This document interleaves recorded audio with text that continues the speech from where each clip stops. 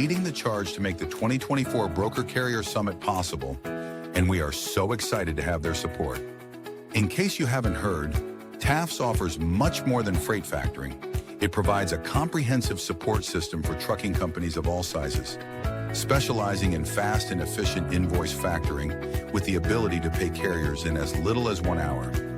And TAFS services go well beyond factoring, offering a fuel card that unlocks major fuel discounts, flexible business loans that are designed to cater to the distinct needs of a carrier's operations, a dedicated, responsive client experience team, and much more.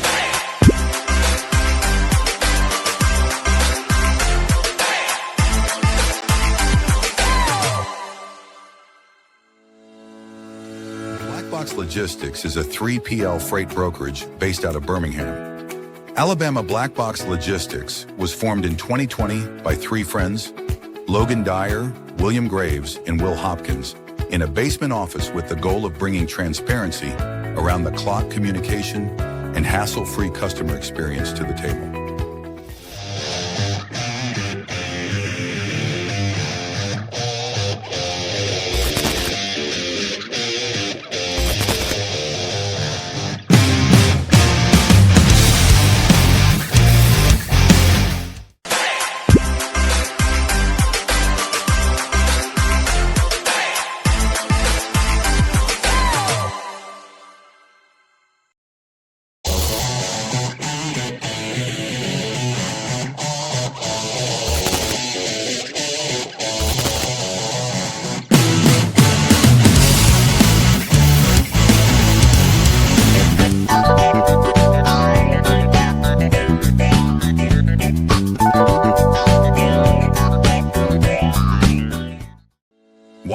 is an AI-powered call automation platform built for freight brokers, designed to screen every inbound call in real time, block spoofing, phishing, and double brokering scams, verify compliance through integrations with FMCSA, Highway, and My Carrier Portal, and automatically connect brokers with qualified, vetted carriers, all before a human ever picks up the phone.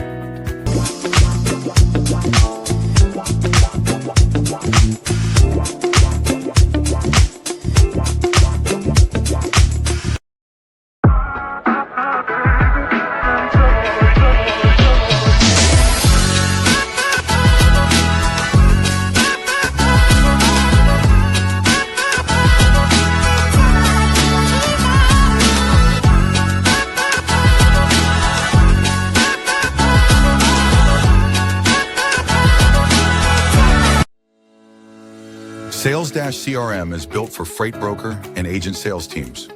Manage your shipper prospecting and follow-ups. Organize your carriers in the lanes they run.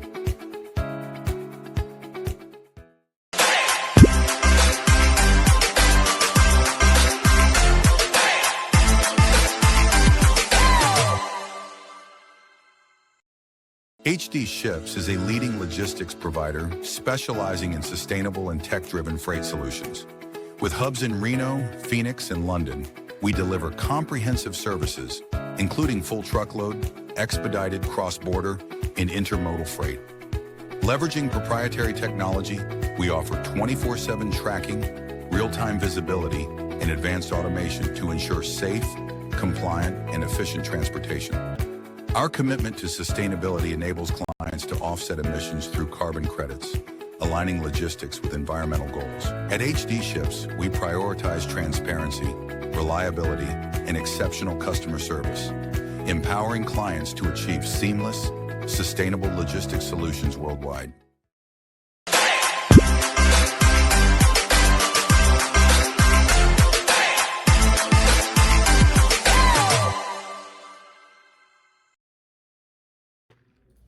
Happy Friday. Happy Friday. How's it going? Good. It feels weird. We haven't done a Friday show in a while. We used to only do Friday shows, but it's been a while, so it feels a fun way to end the week. Well, man, I feel like whatever day or time that we do the show on, you say something about it feeling weird for it to be that day or time. Probably. Like if we do a show next Thursday, it feels strange. We haven't done a show Thursday at 3 p.m. in a while. Hey, you know what we never have done, though, in probably a year? I don't think we've ever done a Monday show in a year. That is true. And also, I don't think that we've ever had a repeat solo guest on, which is happening today as well. Yeah, it's true. Because we had Ryan and Bill Paul on twice, but I don't think we've had anyone on twice before. Actually, you're right. Yeah, should be a good one. Well, shout out to our. Go ahead. Sorry. No. You're good.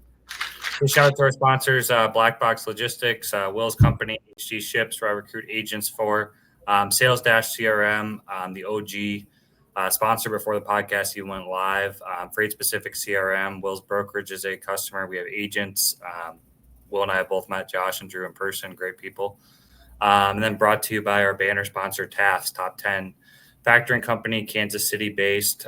Great rates, great customer service, and they're open till 12 during the week. We both met Rob and Ryan in person as well. I'm looking forward to seeing them again this fall. And great company. They've been with us for over a year as well, sponsoring the show. So yeah, they have. And real quick, Matt, this has become a reoccurring issue with Black Box. You keep forgetting to mention that we were recently voted as the People's Choice 3PL, which I think is worth bringing up when we're discussing the sponsors. Yeah, must have slipped my mind on that one. So. That's all right. The people know. Like we were discussing minutes ago, Michael is going to be a repeat guest. We had him on in 2024, I think July. So it's been quite a while. Michael's with Highway. They're doing some exciting stuff.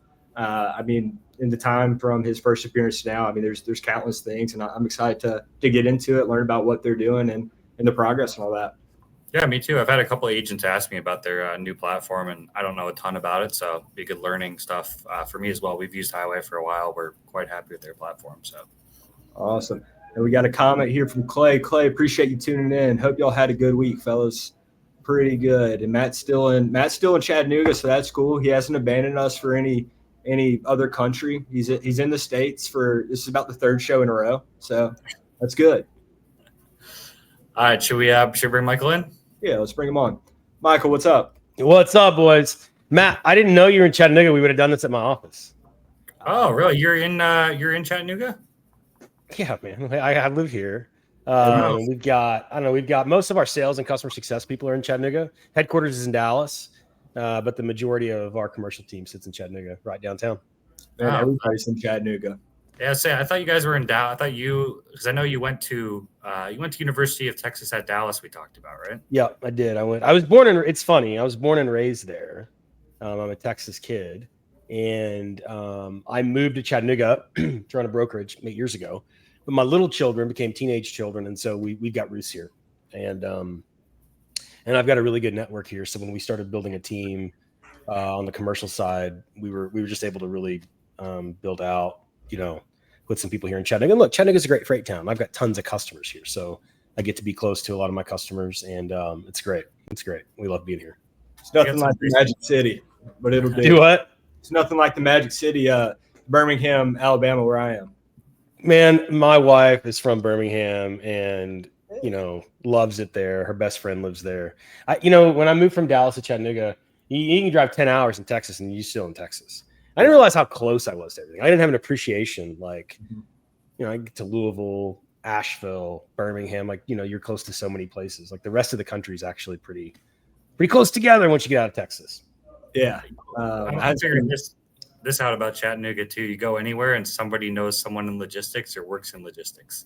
Well, and really the cool thing about Chattanooga, people always ask me what I like, what I don't like. And there are things about Chattanooga that can be a little backward at times, right? You're just okay, the rest of the world's been doing things a certain way. Can we catch up a little bit? But the cool thing about Chattanooga is it's got this big small town feel. And there's certain places, if I go to dinner, I'm going to see somebody I know. And it's got this kind of cool, it's got this cool vibe. Once you get in certain communities and certain pockets, I can't go to Publix without seeing 3 people. So it's kind of cool. It's got a community. It's got a real community feel. Yeah, I like that bridge that you guys have. I've only been in Chattanooga twice, and one time was to go skydiving. So why would you jump out of a perfectly good airplane? I don't understand. Man, it's fun. Airplane was fun. You jumped out. I don't understand. That's the repeat dad joke. Anytime I bring up that I've been skydiving, why would you jump out of a perfectly good airplane? That's not a dad joke. I don't understand it. Yeah. Why did you need to jump out of that? Like, I was just trying keep to feel my feet on the ground, brother. Yeah, I was one and done. I will say, like, I ironically, I don't love heights. I wouldn't say I'm afraid of heights, but yeah, I didn't enjoy it. It's not something when I got done. A lot of people talk about, like, it's pretty euphoric and they want to go do it again. I was, one and done. Can say I did it, but won't be doing it again. I have some friends that do the hang gliding where they jump off the cliff. Yeah. Like, so on Lookout Mountain, like kind of down toward Trenton, there's a place where you just like run and you just jump and you hang glide down into this field. People go out there and watch them. Yeah, I didn't know people did that in Tennessee, but yeah, I know some guys that have done it in Grand Teton. But yeah, no, that's advanced. I had somebody jumping off with me when I was. Oh, you went tandem? Okay, yeah, tandem. Yeah, haven't unlocked all that. Well, man, let's get into it. So yeah, it's been, hell, over a year. And you guys have, you're everywhere. Every time I log into LinkedIn, I'm seeing somebody with Highway posting something exciting. Tell us a little bit about, you've been up to a lot, right? But give us the cliff notes on what you guys have been up to the past year or so. Yeah, it's so much has happened. It's almost, it's almost hard to know kind of where to start.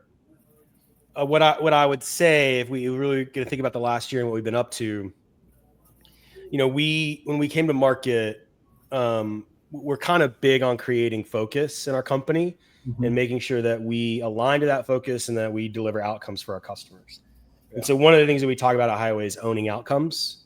And if there's an outcome that we can own for the broker, rather than saying like, oh, you know what you should really do, if it's an outcome that we can own that's in our category as a provider, we're going to go own that outcome. And one of the things that we've said is that we want to reduce surface area of risk for the broker and make them the hardest target. And so when you operate under that tenant, one of the things that happens is fraud vectors move and they evolve and bad guys try to get better at what they do.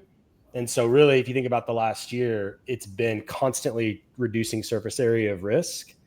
And what that's really driven us to and is driving the industry toward is load level compliance. And so it's not enough to just protect your network anymore. You've got to protect every single load. And to do that, you have to have visibility.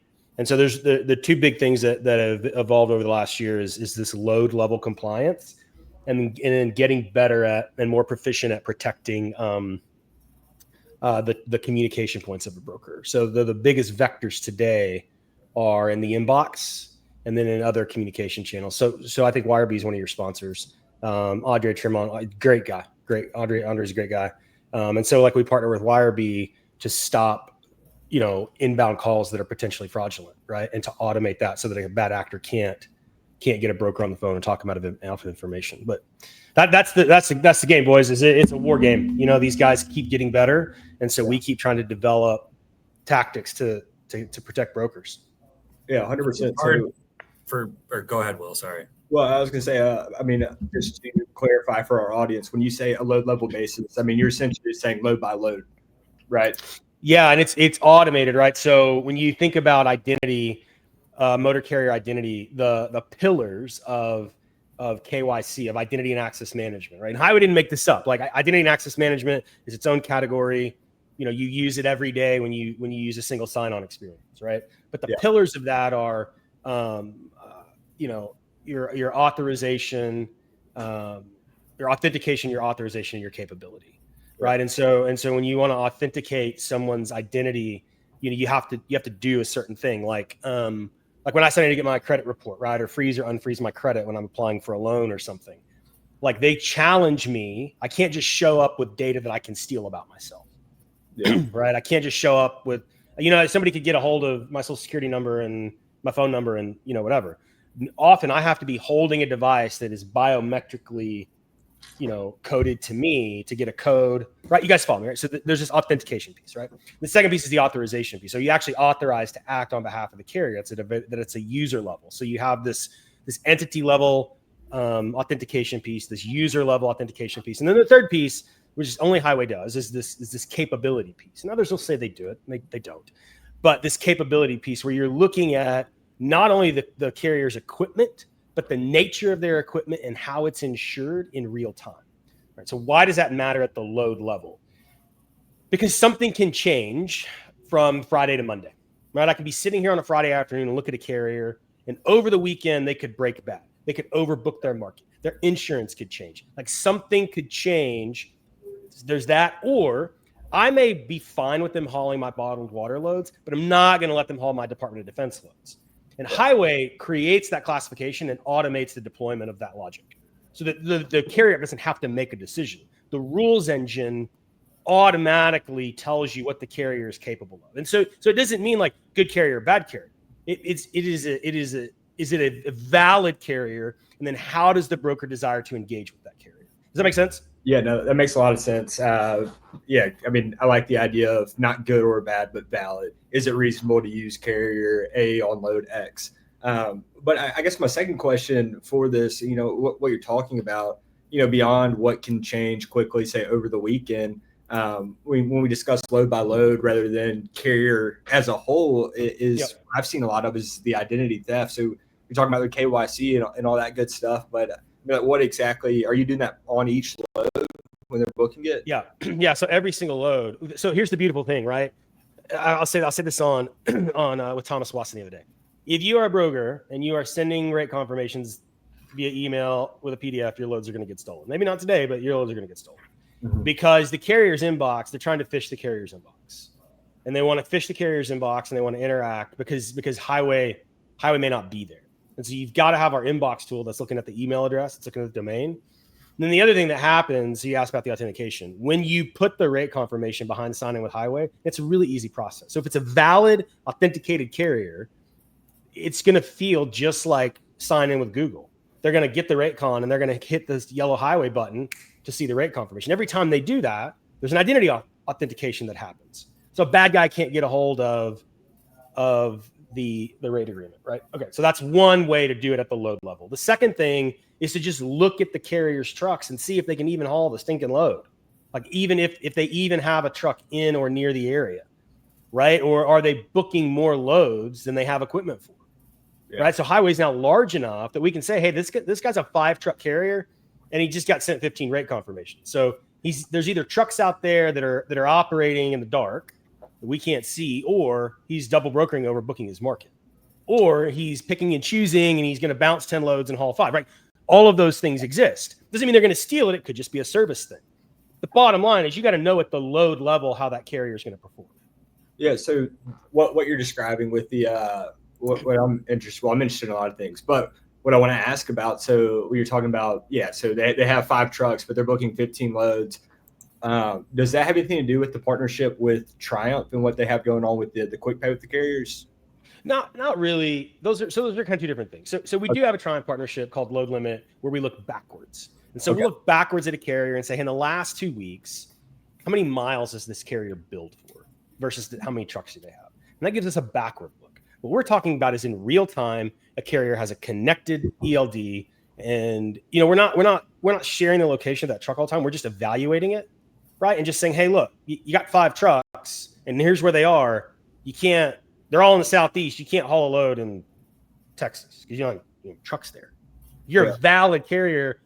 Why are you booking a truck in Texas? Why are you booking a load in Texas? Hey, although Texas is in the SEC now. So, listen, man, I can't with you SEC guys. I can't. Like, I know I have to deal with it now. I have to live here. Enough. This SEC is more than I can handle.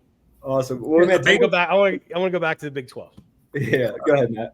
I was gonna say a big thing too is the changing of the address too. And one thing I always have comes up sometimes with our agents is they're like, well, I've been working with this carrier for 3 years at my previous brokerage, this, and this. And, I think one time you hear about this happens all the time, but they could be a great carrier, but if someone steals their identity, the load's going to be stolen. That gets one of the highest risk for fraud, if I'm not mistaken. Yeah. And so one of the things you're describing is not just stolen identity, but the sold MC, where, so there's 2 things. I'm a legitimate carrier that still controls my authority, and my identity is stolen. Someone's impersonating me. They're using a different email. They fished my inbox. Somebody's acting like, MC Logistics. That's one thing. And so you have to look at digital patterns to detect that, and they change all the time. That's one thing. that's like true identity theft. And in that case, we're going to put a white flag on the carrier that says, hey, this carrier's been a victim of identity theft. Right. So a guy, I'm so glad I got to know him. He called me the other day out of Arkansas. He's like, look, man, somebody got a hold of so-and-so's inbox. I don't remember. One of his kids, dispatcher, family business. And I'm looking at it. I'm like, yeah, man, I can see the law. Yeah, I can see that this guy's email is behaving differently. And so we disabled that user, right? That one user and said, hey, this carrier's been a victim of identity theft. If you get an email from, it ain't real, right? You proceed with caution. So the carrier's fine. And what ended up happening is like we saved them, God knows how much trouble, because we told them, hey, we think you got fish, because suddenly things have changed, right? That's one aspect. Second aspect, Matt, is I sold my MC number for $5,000 cash in a Waffle House parking lot. Yeah. And, right. And what the guy wanted was not my assets, not my equipment, not my customers. He wanted all my logins. And then he told me that as he was changing, the information and updating it to him, that I needed to share all the tokens with him as they got texted. Like, I mean, this is stuff we see all the time, right? Yeah. And in that case, the seller to me is as much of a criminal as the buyer, because he knows exactly what he's doing.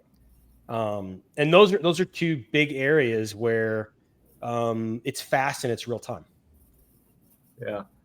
So we're discussing, you mentioned earlier, which with any fraud, not just relevant to carriers, brokers in our space, but fraud in general evolves, right? Like as we have fraud, prevention, protection, a lot of times the scammers, fraudsters become aware of it and then go to new strategies. I know that this is a bit of a, maybe something you can't talk about too much because we don't want to give visibility to anything new going on behind the scenes that's happening, but is there any new scams that people should be aware of that you can talk about without, no, it's the inbox, man. It's the inbox and the rate confirmation. Mm-hmm. I mean, look, when we see thefts, most of them can be prevented, and it's the inbox and the rate confirmation.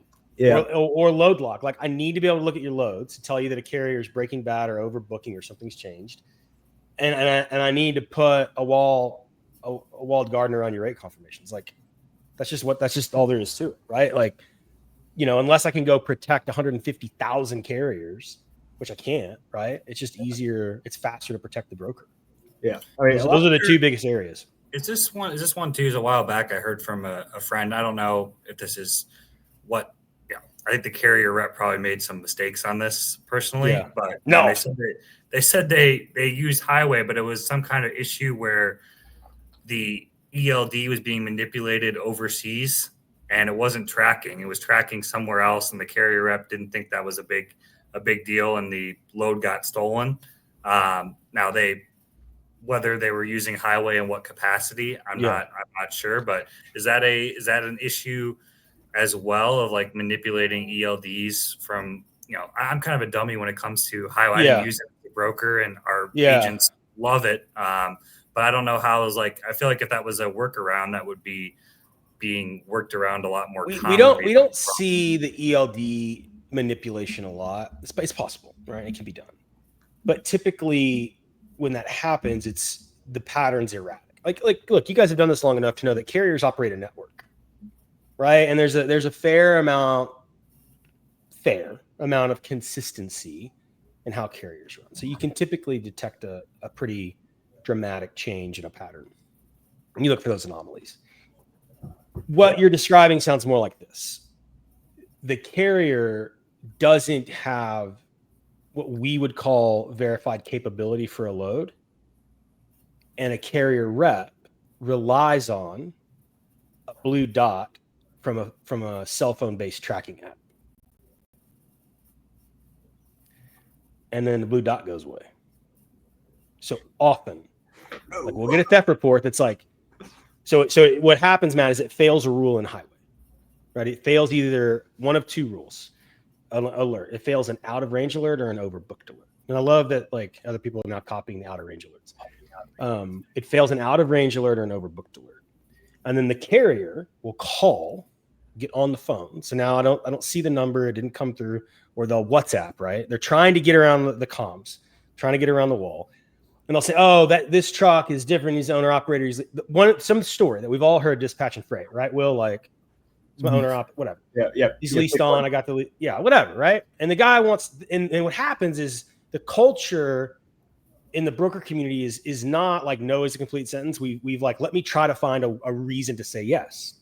Yeah. And in looking for a reason to say yes, because they don't want to bounce the load, they will take a cell phone track as acceptable and they'll override it. And then we'll get the email, load was tracking, then tracking stopped, load got stolen. Because what can be manipulated, what can be spoofed really easy is cell phone based tracking. Yeah, that makes sense. We got a comment here from actually our dog of the week today, Traps. He says the onboarding process back in 2014, 2020 was ridiculously archaic and dangerous. Your software is an absolute game changer, Michael. So I will say I was dispatching at this time. I had non-compete left, started a dispatching company. And yeah, man, we would set up with some companies. It would just be like a Word document. They didn't even convert it to PDF. They'd send it over. I'm so, what the fuck's this? Yeah, I can put anything I want on here. I'm sure there's companies still doing that, Will. I mean, there's 24,000 MCs. I'm sure some old school companies still doing that. Yeah, we had Wireby, man. We had Wireby on the podcast, and she was talking about somebody that one of her friends was still doing paper packet. So, yeah, I mean, we've come a very long way, I would say. But, I mean, that wasn't – most of them were through RMIS or something, but every now and then, yeah, somebody just sent like a Word document. But even if you think about RMIS, like it was still just a paper package, just online. Yeah. So I mean, I remember like when Andrew Silver and I were trying to do a co-broker agreement when I ran a brokerage and he had Molo, and it took us 2 hours. We both had RMIS. We both had RMIS. We were on each other, like cussing, being like, why can't we figure this out? Like we both have RMIS and we can't. We were trying to figure out like which rule overrides to put in and like which gates. It was horrible. Yeah. And the reason is because like it's done at the application layer. And so every single packet, it's just like having a paper packet, you can manipulate it. Mm-hmm. Highway evaluates the carrier in the back end in the data layer.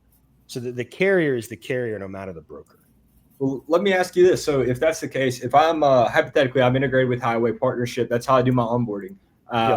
Am I able to circumvent and go around it straight to my TMS, or is it a full hard stop? You guys control hard stop. Now you're always going to be able to make a hiring decision as the broker. Well, you've got to put overrides in place. So what most brokers, I mean, look, it's your TMS. You've got a system admin. I'm sure you could do anything to that carrier record, but I don't have one customer that allows a carrier record or a carrier file to be manipulated independent of Highway. Okay. In terms of their operating status. I mean, they're manipulating their carrier file in terms of like notes and, you know, using like a CRM, but in terms of like the status of that carrier's ability to operate with the freight broker is all gated by Highway. Yeah, that makes sense. I guess what I'm asking for that is kind of going off. So, you know, say you're in the situation again, calling Andrew, you're trying to get a co-brokerage set up. So if I'm using Highway, am I able to do that through Highway, or would I need to? Yeah, it would just be a co-broker, right? So there would be a classification called, like, let's say we're doing. I'm back at Port City. Andrew's back at Molo. He's going to onboard through the co-broker classification, and it's going to specify the type of contract that he gets. It's going to be a completely different agreement, right? So it's going to be a completely different rule set. It's going to govern him completely differently. And so, that's the way 3PLs engage with freight brokers, right? So if a 3PL that's doing managed transportation engages with a freight broker, right? There's a whole different classification and setup. It's a whole different type of agreement. And so the classification creates the flow. That makes sense. So like if I'm onboarding through this classification, it goes and selects the appropriate agreement. It selects the appropriate custom question. So all that logic. Right, so same thing for a reefer carrier. If a reefer carrier is coming on, they're going to have a different experience. The flatbed carrier is coming on, they're going to have a different experience. I like that. Yeah. So we, which I don't know, I might catch some flack for this from whoever's listening, but we do a lot of that stuff with other 3PLs. Like through my LinkedIn stuff, say, you know, they don't do LTO. We do LTO. So it's like, okay, it's like not messing with it. Just like sign me up with a co-brokerage agreement. I'll do it. And then the amount of times that, somebody sends me RMIS, right, my carrier packets, and like me trying to explain like, hey, I can't do this setup. And it's just like, I don't know, at a certain point, it's just like, you can't. I think that's really the user that I'm maybe interacting with, but it's no, it's hard. I've used all those systems. I've been doing this for 20 years. It's hard. And so you just end up having to do a bunch of manual manipulation, sending back and forth PDFs. It's terrible. Well, yeah, but they'll keep sending me the link. So they'll send me the link by, hey, like I can't do this. Like, look at like this is my company, this is my MC, like all my you can't proceed. And then they're just like, here, try again. Like, it's no different than when a shipper keeps sending you a carrier agreement. You're like, I'm a freight broker. I can't sign your motor carrier agreement. Yeah, but everybody does it. Well, not. I can't agree to be something I'm not. I'm just kidding. Wouldn't sign it. You use Highway too, Will? I never asked you this. We don't use Highway. We're on my carrier packets, but who knows, man? Everybody, it sounds like Highway is the play. I've heard great things. I just need to come. I need to just I've come on your show so many times in order to get that done. Yeah. Well, it's great for onboarding. One thing, it's kind of, we've had some agents who have used Highway at their previous company, but they didn't use it for onboarding. And at least our agents like the ones that have not used Highway for onboarding, because they don't have to wait for some approval or whatever. They can just assign the carrier as long as it's completed on a Highway too. Which is... It's funny, Matt. Agents I'm actually working with my CS team to build a whole different type of agency support model through customer success. That's cool. Because you have some agents that are like, this is great. Like for what you just said, I go quick. I don't have to wait for support. There is there's a sourcing component that they really like. And you have some agents that don't like the truth that Highway tells about their best carriers. Yeah. And they get, because, there's a lot of agents that they're just used to operating, and you recruit them, Matt, right? So you know what I'm saying? Yeah. There's some agents that get upset if Highway denies a carrier, and it is a big thing. Occasionally that does happen. And it's like, and it's like, look, Highway didn't deny. The company set the rules, right? The shipper dictated. But if a guy stole something, we're gonna turn him off. If a guy doesn't have, I mean, there's just certain things I'm going back and forth with a carrier right now. That's he swears up and down that he doesn't know this user. This user's accessed this carrier's profile multiple times. It's not a theft, right? And he's acting as a dispatcher. I mean, there's just sometimes we catch people lying and doing bad things, and there's people out there that they just want to look the other way. As long as the load moves, they want to look the other way. And we can't do that. We have a responsibility to our customer base to tell the truth about what we see on a carrier's behavior. Yeah, no, 100%.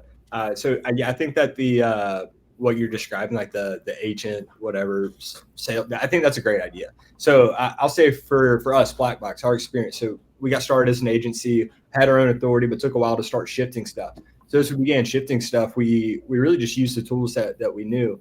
But we did swap TMSs, but it's more than one change at once is a lot. One change is enough.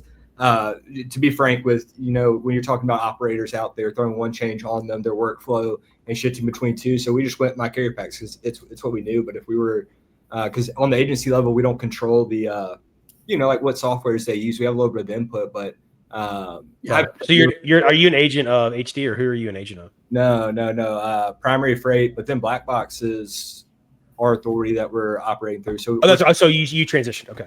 Not fully. So we're split. I mean, what I do is 100% Black Box today. I say that 95%, and we're about half and half, and we're just shifting over time.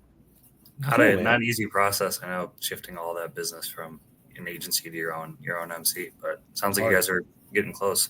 Yeah. I mean, we shifted some big books, and then we onboarded two decade plus guys that were at Coyote they didn't come from Coyote, but veterans that have big books of business straight to Black Box last week. Last minute, company went under, they shifted, and all direct to Black Box, no hiccups. So I mean, it's moving fast. It's just it's one of those things when we started, we're yeah, we'll do it, once we get some money coming. But then post COVID, boom, just scaling sales. It's do we really, want to go back and do all that? So I don't know, long time coming, but just more. It's more than the agency. I don't know if it's for everybody. Agency model is a lot more hands off. It's an interesting topic too, and because I don't know, the agency model does relate to freight, to fraud at some extent, because a lot of agent programs and W-2 reps don't realize this. If you get a load stolen at some agent programs, you're on the hook 100% for that. So some agent programs, maybe compliance isn't as big. Like at ours, we don't have any liability on the agents, but we may have stricter policies in other agent programs. We're using Highway. That's why I tell agents sometimes, and they complain that it's denied, or I didn't have this problem before. Highway this, why can't you override it? I'm like, well, there are some programs that'll take that risk that don't have very many vetting tools. You can do whatever you want, but then you have $100,000 load pool and you're not a W-2 rep.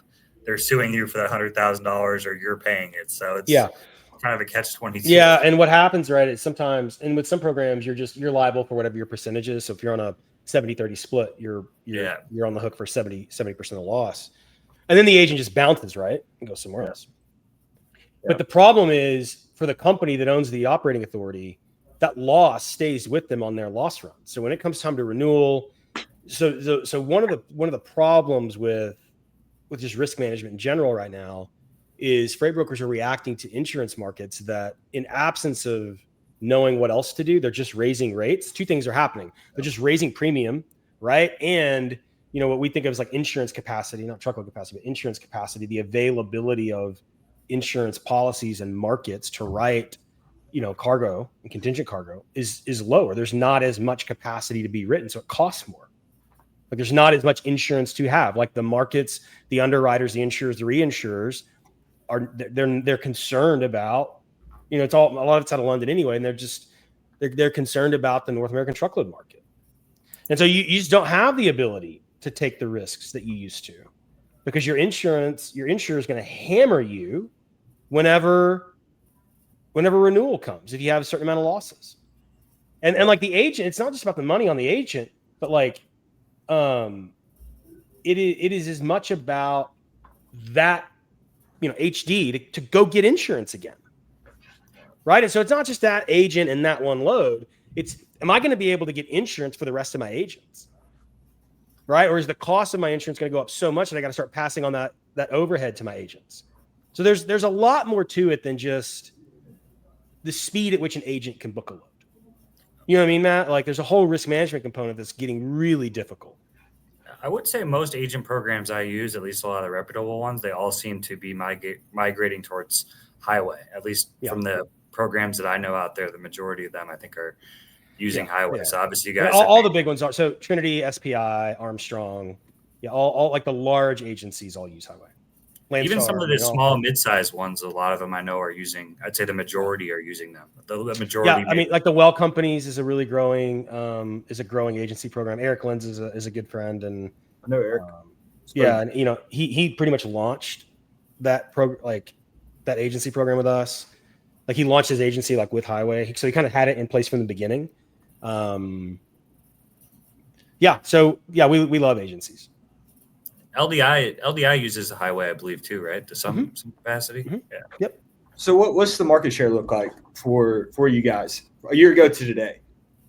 Man. So it depends on how you think about it. If you think about, strict number of brokers, we've got 1,200 now. Yeah. Right. And so, you said, Matt, 24,000 brokers. It's probably closer to 15, but I would tell you div brokers probably around 8,000. But most of the freight in North America runs through 500 brokers. Yeah. And they're our customer. I don't know if you can share this information, but of like the top 100 is what, 95 out of 100 using it? Yeah, we have 80. Fully integrated, and then other people using it and part and parcel to other things. But of the top 10, there's like 2 that have to move over. That's pretty impressive in a short period of time. There's not a lot of if you look at the TMS space, there's probably not one TMS company that has more than maybe 10 of the top 100. I mean, and some of the other are much more spread out. Most of the large brokers are on some type of proprietary system. And the large old TMSs serve large brokers. McLeod is still a really big server of large companies. If you think about the amount of trucking companies that built brokerages over the last 20 years, most of those companies were on McLeod. So Power Broker grew, just as a natural growth of that. But I mean, I can't tell you how many, our number one TMS SKU in highway is proprietary. Yeah. We have proprietary. You're seeing that more even on the agent side. Really? We have proprietary. We're a mid-sized company. Several other agent programs I know that our mid-size are going proprietary. That's a whole nother conversation. But proprietary seems to be making, even with the 60 million to 150 million, there seems to be a lot Yeah, it's surprising. You know, you're absolutely right, man. Like we'll sign a deal with a $75 million broker on a proprietary system. I'm like, okay, you know, I guess that's what you're doing. And then I've got friends that run, $150 million brokerages that are like, it's a money pit. I'm switching to so and so. They just like, I'm done. I'm done owning software. I'm going to Tire, Revenova, or McLeod or something. Yeah, I see it all the time. There's a lot of mixed, I don't want to call it reviews, but takes on that about building a TMS or, like buying one or whatever subscription. Always interesting to hear what people have to say about it. Yeah. It's there's no consensus, right? Like, I've got a customer who does, I guess you call him like a 4PO. It's a lot of intermodal and just that kind of variety. And I don't know how it's going to turn out, but he called me the other day all amped up about how he's building the TMS with ChatGPT.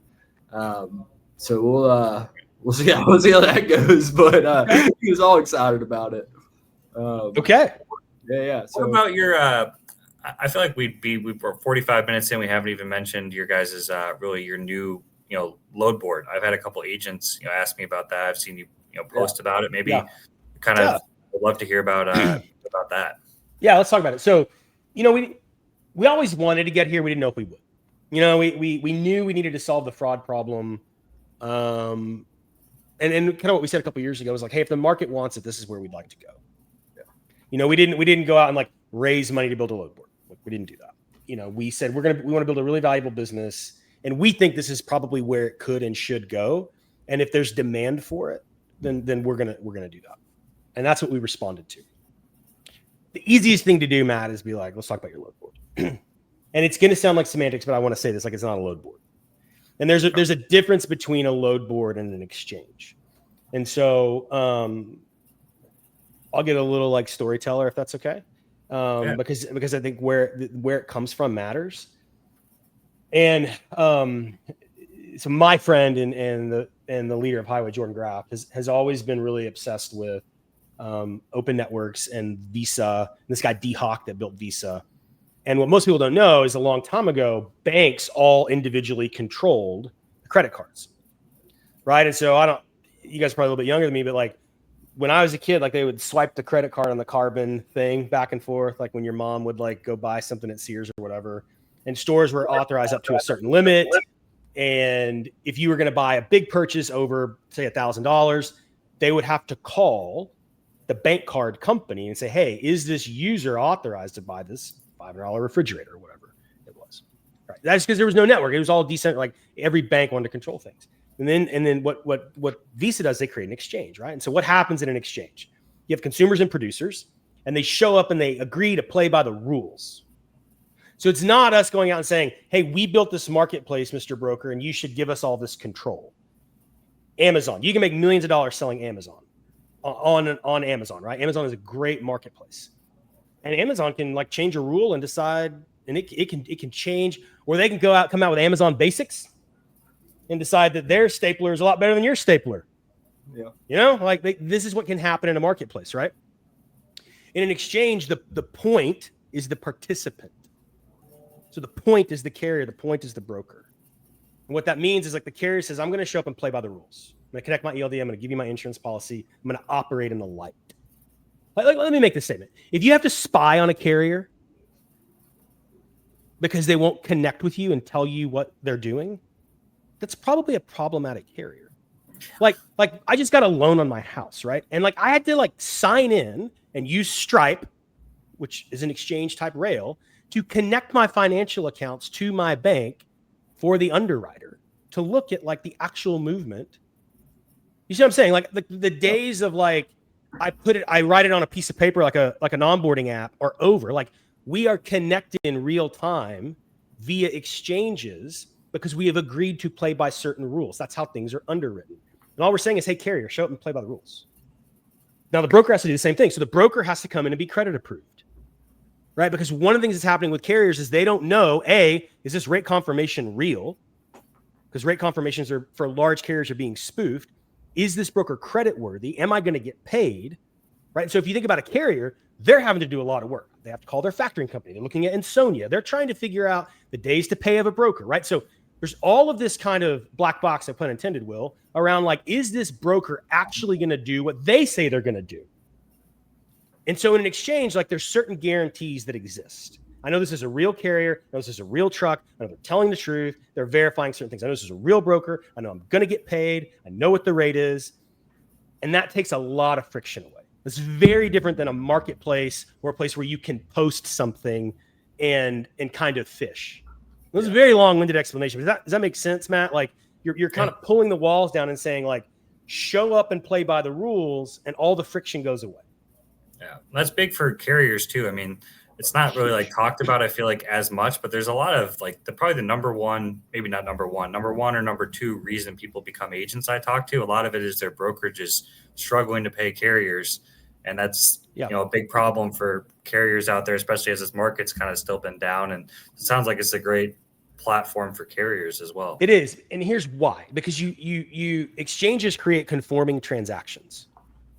That's what exchanges do, right? Marketplaces, they create these bid offers and they extract rents essentially. Like if you just go look at the model of a marketplace, the model is rent extraction. There's nothing wrong with the model. Go build that if you want to. But it's rent extraction. It's I'm gonna control it. I'm gonna invoice. I'm gonna do all these things, and you're gonna pay me. I'm gonna extract a rent for the space you take up on my marketplace. Yeah. What an exchange is, it creates a conforming transaction. Okay, so you're talking about carriers. Why is it big for carriers? Because if a carrier does what they're supposed to do and a broker does what they're supposed to do, it creates a conforming transaction. And then you can introduce somebody with a bank charter and a factoring business and a payments business like Triumph, and you can pay carriers really quickly in a conforming transaction. Maybe instantly in a digital wallet, things like that. And so what does that mean? If I'm a carrier, like I know that I can get an advance when this load picks up. I know that when it delivers, that it's going to break a geofence, and they're going to look at my ELD and they're going to know that it's insured, and Triumph's going to pay me, and it's going to go right in my load pay wallet. Like, you see what I'm saying? Like, so now if I'm a carrier, I don't have to do all of this mental gymnastics around, okay, I see the rate on the load, but what am I going to have to do to even get paid? Right. And I don't have to go through 70 quick pay programs, right? You see what I'm saying? Like if you're a carrier, there's still a ton of noise to manage just to get paid. And what we're saying is if it's a conforming transaction, the carrier should be paid immediately. I think it's a great partnership. So, I mean, I would assume Triumph was leveraging that quick pay with the brokers for the carriers, right? Mm-hmm. So, yeah, I've spoken with them about that. That's great. And then Highway, yeah, it makes sense. So you guys aren't charging. So there's no like subscription fee, right? It's just Highway, Triumph, you're basically with. Yeah, so the broker pays a subscription. Okay. They just pay for access, right? They pay for access. Mm-hmm. Just like they would on any other service. The carrier, the small carrier today, it's like if you're a small carrier, it's free. It's completely free because like you're showing up and doing a lot, right? And so, there's a lot of platforms out there that want to monetize the carrier, and we're like, man, what? Stop! Everybody's trying to get in the carrier's pocket. Like stop.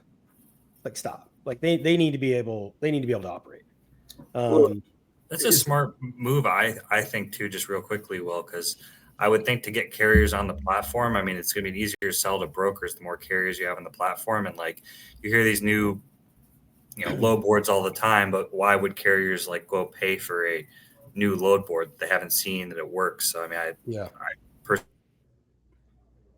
Well, are they so the carriers, if they get free access, do they have to take the Triumph quick pay? No, they don't have to do anything. Okay. Right? They don't have to take quick pay. But why wouldn't you? Yeah. No, right. And also like you got to be a Triumph customer to utilize that, right? So if you're a Triumph Pay customer, you're a supply chain factoring customer, you're going to get to utilize those things. But but the product experience is built to where if you're a broker that uses Triumph, like you can quick pay your carriers. And if you're a carrier that has a load pay digital wallet, you're going to get that like it's like Venmo. Yeah. No, like the load is a digital wallet. Like the carrier can use that wallet just like any other digital wallet on your phone. It's really amazing. Yeah, no, it's a cool program. I mean, obviously, I don't know about as much about it as you, right? But I've spoken with Danny Giffen, who's in Birmingham a good bit and does a lot of sales. I think that they're, I mean, the brokerage quick pay program is awesome, and you get a lot of money back through. We don't use it, but it makes sense, at least from my exposure to your two companies, like looking at it from, I don't know, a macro level, outside view, not being a customer of either. I think you guys align very well. I mean, if the way that I think about it, and I encourage customers to think about it, is, what right do you have to play in a category, as an example, right? And so for us, the way that we think about it is like, we don't need to get in the payments business. We don't need to be, we don't need to do things we don't know how to do, right? That's not our game, but that is Triumph's game, right? And in what they do, in facilitating payments, in moving money around, they're the best in their category, right? And they're independent, right? So a lot of factoring companies are somehow attached to another broker, right? And so there's this kind of like, which is your main business? Is it your brokerage? Is it your factoring company? Is it your insurance company? Like, you know what I mean? And so Triumph, they're a bank, and this is what they do. This is what they do all day long. And so we feel really comfortable being able to represent kind of a purity of motive to the carrier and saying, hey, look, we're not going to get in this space. This is what you go do over here. Right. And so just as like, guys, this is what I did for 20 years. Like, I'm not like a technology guy, but one of the things I always got concerned about was when I had a vendor that started doing other things. I never had a vendor that was really good at something get into a different category and perform well. Yeah. Never, not once. I know that's a common concern in the tech space too. Like, I don't know if I have like a true opinion on it, but I do hear that concern sometimes of people meddling in too many spaces and where their interest is and what that's going to affect. It definitely seems to be a hot topic lately and ultimately not doing what the customer asked you to do. Like, the customer didn't ask you to do this. Right. Like, and that's the feedback I get the most. Is like, man, we didn't ask them nobody asked them to do this. Like, why are they doing this? We just want them to do the thing they do well. Why are they doing these other things? That's the feedback that we get.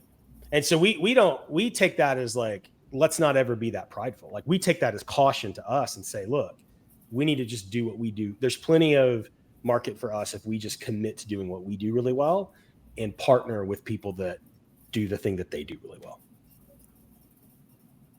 Yeah.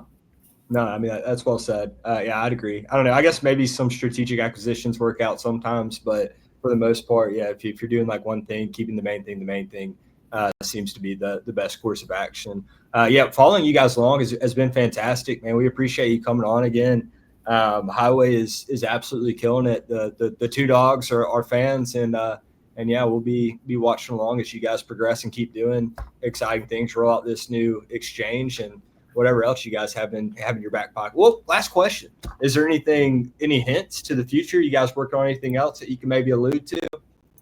Here's what I would say. What we will endeavor to deliver to the market. We are bringing the exchange to market, right? Mm-hmm. This takes time, and you have to build a different type of audience. Like, this is not just another load board, right? We talked about that. Yeah. And the things that will enable the broker to do is have certain types of guarantees and certain types of protections. And so we're going to continue to drive the world to every single load being able to be covered and have integrity around it, right? Like, that's where all of this drives to, right? So, we are driving toward conforming transactions between brokers and carriers. And that's what we aim to create, and to keep the freight broker as the main point in all this, because we don't believe that freight brokers manage the long tail of the carrier market, full stop. I mean, they do, and they always will. So to clarify, you guys don't work with shippers? We do. We have programs that they can be a part of. So like, if if one of your customers wanted to publish a specific class, right, and they wanted to say, hey, Will, to haul our loads, you got to use this. We'll do that, and we'll publish the ABC widget classification. And what that does, it allows the shipper to have a very transparent conversation about like, hey, these are expectations. What it allows you to do is have a very transparent conversation with your shipper about, okay, well, within these constraints, this is the capacity that's available. When you put these constraints in place, this is actually the type of capacity that's available. And so then you get to have a different kind of conversation with your shipper about rates. So that's how we work with shippers, because they call us and we have to do something. We don't charge. They're not our customer.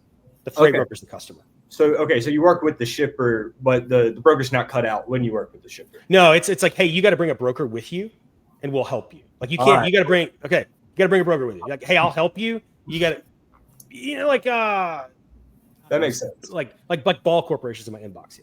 Yeah, you got to bring me a broker, and I'll help you. The cans, aluminum cans. Yeah. I think that was him. I don't know, but some shippers in my inbox, and I was like, look, I don't have anything to sell you. You got to bring a broker. Yeah. And so like, you see what I'm saying? Like, so what we're attempting to do is advocate for the freight broker. Yeah. Well, yeah. If any approach you and they don't have a broker with them and they need to bring a broker, feel free to CC me in Hopkins@shipblbx.com. Yeah. I can tell. You're not even a Highway customer. And what I'll do is I'll CC Reed Clements at highway.com. So you can actually buy Highway, and then I can do that for you. I play golf with Reed actually. I know, like you're like the best friend of Highway that doesn't buy Highway. Like I look like a total ass right now. No.